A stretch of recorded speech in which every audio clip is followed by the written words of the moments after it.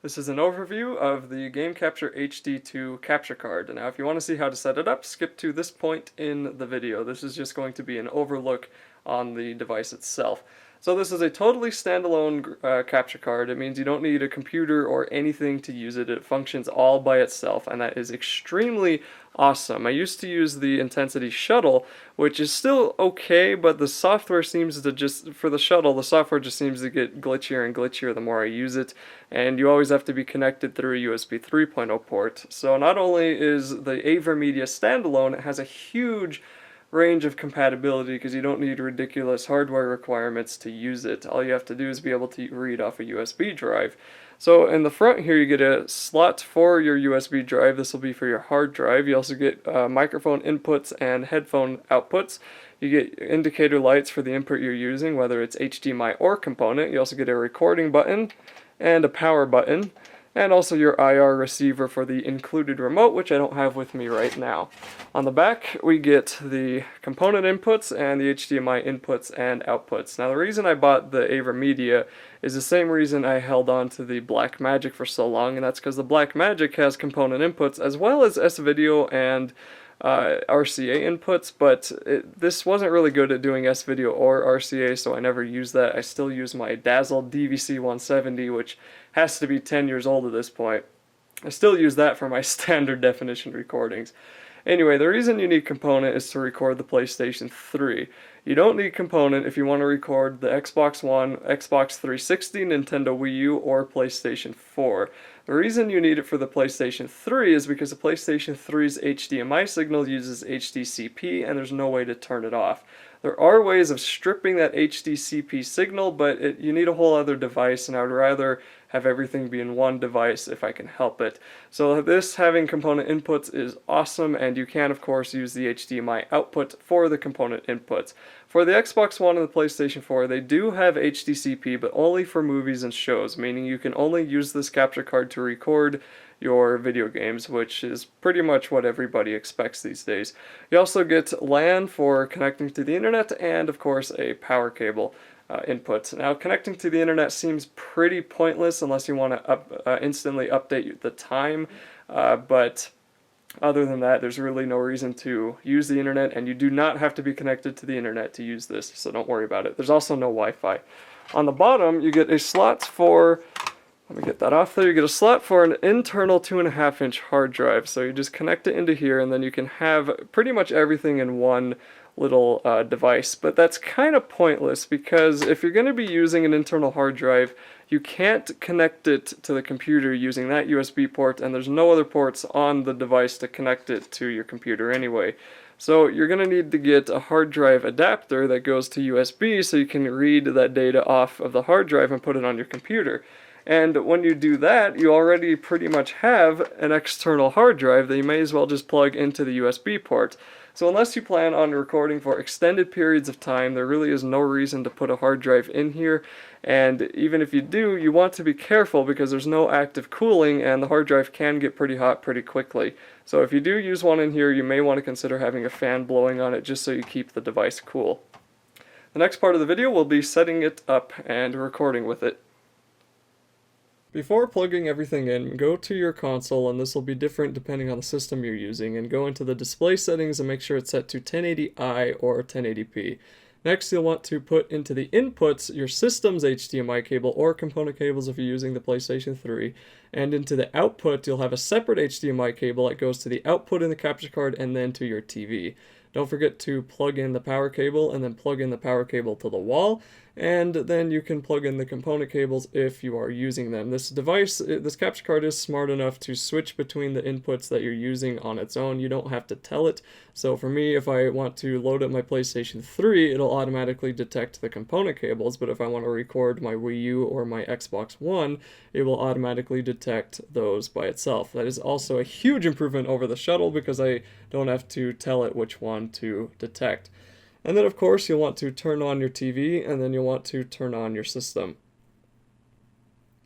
Oh, and don't forget to plug in your external hard drive. This is good to do before you turn on your capture card. Now, when you first turn this on, you're going to have an initial setup screen that I can't show because I didn't want to reset it to factory settings, and it's really easy to follow. Just make sure that you have the pass-through turned on. That will allow you to record, that will allow the capture card to be off, and you'll still be able to play on your TV. Now, strangely, I wasn't actually recording my Xbox One. I thought I had my Xbox One connected, but it was actually my Wii U. So anyway, here's the remote, and this comes with the capture card. You're going to have to use this for most functions. You can use the capture card to power it on and start recording, but to navigate the menus, you need the remote, so don't lose it. The menu button in kind of the top left of the remote is a button you're going to want to push as soon as you do power it on, and when it does power on, the power button should flash for a little bit. Your screen will probably go black, and then you should see your console on your TV. If you're using a receiver, make sure your receiver is on, but you don't want to use the output on that receiver. If you use the output on your receiver, and if your receiver is HDCP compliant, the capture card won't be able to record that HDCP signal. To get around this, you'll want to connect your system to the capture card. Then you can use the capture card's output to the receiver, and then you can use your receiver to output to your TV. You also want to make sure that your system is set to stereo or 2.1 sound. The capture card cannot record surround sound. It is unfortunate. I wish it could, but it can't. So when you finally have it showing up on your TV, push the menu button on the remote. The screen should go black. And then you should have the settings, media studio, and file management menu. So open up the settings and go through a few of these. Make sure your language is correct. Display mode should say real-time mode. This is so you don't see any information on screen while you're recording. And then your network should be auto setup. That's only useful if you are connecting to Ethernet, which I am not because it doesn't really matter too much, but you can if you want. Select the date and time, and you want to make sure this is correct because it will make sorting your videos way easier, as there is no way of naming your footage before you record. Then make sure for disk management your hard drive should show up there. If you're recording with a microphone, live commentary should detect your microphone, but I'm not using a microphone for this, so I don't have that showing up. And then on the second menu, the AV management should automatically be correct. Make sure that the recording and snapshot quality is set to optimal and best. I think it's on the second best quality by default, but just set it to optimal so it's the highest bit rate. It will warn you that you'll need a fast hard drive to record optimal, but as long as you have a USB 2.0 hard drive or faster, you'll be absolutely fine. I mean, 15 megabits per second is not a very fast or very high bit rate. And then snapshot obviously should be best, and snapshots are good if you want to take snapshots. Make sure the watermark is off. That will leave a watermark at the end of your video when you're done recording. Just turn it off, it's pointless. Then you can also see the other information and reset your system to factory settings if you're having weird issues. So when you're done with this, you can push back on the remote, and then you can come on over and you'll want to take a look at file management. And make sure that your hard drive is detected. If you're using an internal hard drive, then it should be on the left. If you're using an external hard drive, it should be on the right. If you're using both, it should be both of them. You can also tell the capture card which one to record to from here, and you can also, if you're using an internal hard drive, you can copy files from an internal to an external hard drive if you want to, but again, using an external just saves that kind of middleman approach. Then exit out the menu, and you should see your game here or your system just fine on TV.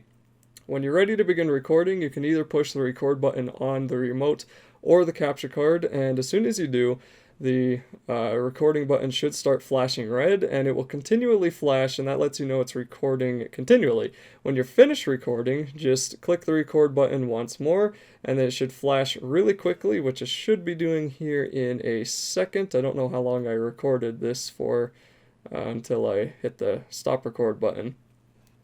And then your system will be, or the capture card will be a little bit unresponsive for at least 10 seconds while you're finished recording. This is because it's saving the file to your hard drive, so just give it about 10 seconds, and that's how long you're going to have to wait before you can begin recording again or turn it off.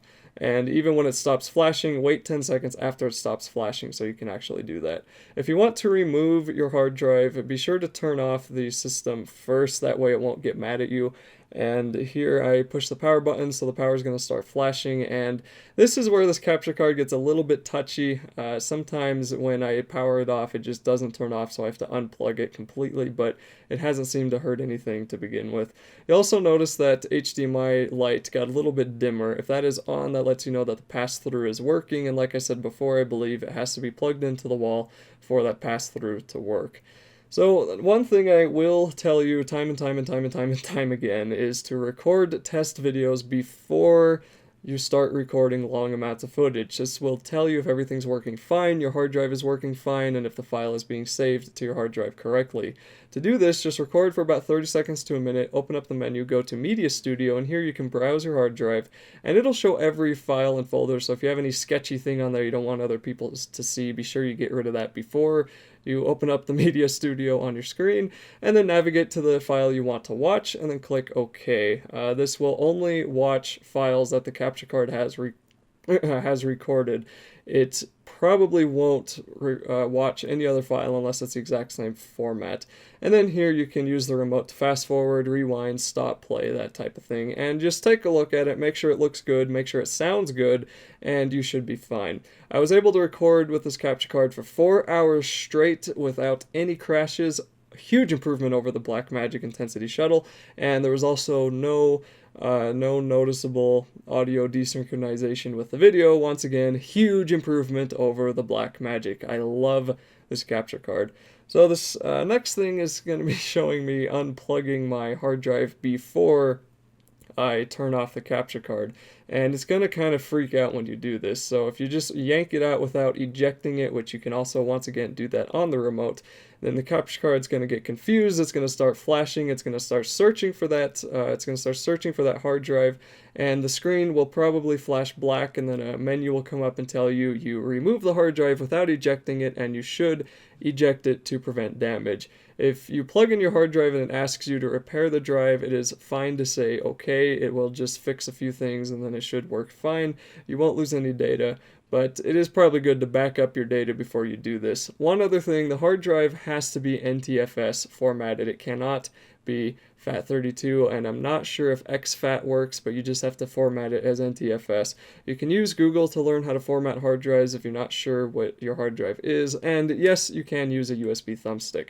So that is it for this tutorial on how to use the Avermedia capture card. This has become my replacement for my Blackmagic. I love how I can have everything back in the living room. I don't have to have horrible software on my PC. I don't have to plug it into my PC. It all works on its own, and it doesn't crash even after 4 hours of recording. It's really easy to set up, it's really easy to get going, and it is the easiest capture card I have ever used in my life. The two are also similarly priced, and for that, you kind of have to ask, what's the drawbacks of going with the Avermedia? And the only thing I've noticed is that number one, you lose the S-Video and the RCA recording capabilities that the Shuttle has, and number two, the raw file quality of the Shuttle is a little bit better than Avermedia, but if you're only planning on uploading to YouTube, nobody is going to notice. So that is it for this tutorial on how to use the Avermedia capture card. Thank you for watching.